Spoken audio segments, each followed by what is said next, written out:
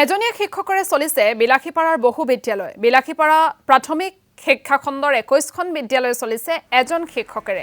ফলত সমস্যাৰ সন্মুখীন হৈছে শিক্ষাৰ্থীসকল। 6টাকৈ শ্ৰেণীত এজন শিক্ষকে পাঠদান চলাই থকাত শিক্ষাৰ গুণগত মান কি হ'ব তাক লৈ প্ৰশ্নৰ উদ্ভৱ হৈছে অভিভাৱকৰ মনত। বিদ্যালয়সমূহত পৰ্যাপ্ত আন্তঃগাঁথনি থকাৰ পিছতো শিক্ষকৰ অভাৱৰ বাবে স্থবিৰতা আহিছে প্ৰাথমিক শিক্ষা ব্যৱস্থা।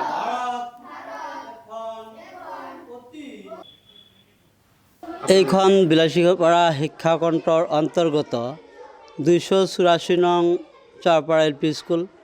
এই বিদ্যালয়খনত দুজন শিক্ষক আছিলোঁ, কিন্তু চৰকাৰী নিৰ্দেশ মৰ্মে সহশিক্ষক আব্দুল গনি ছাৰ ৰিটায়াৰমেণ্ট হৈছে, গতিকে মই এতিয়া অকলেই আছোঁ।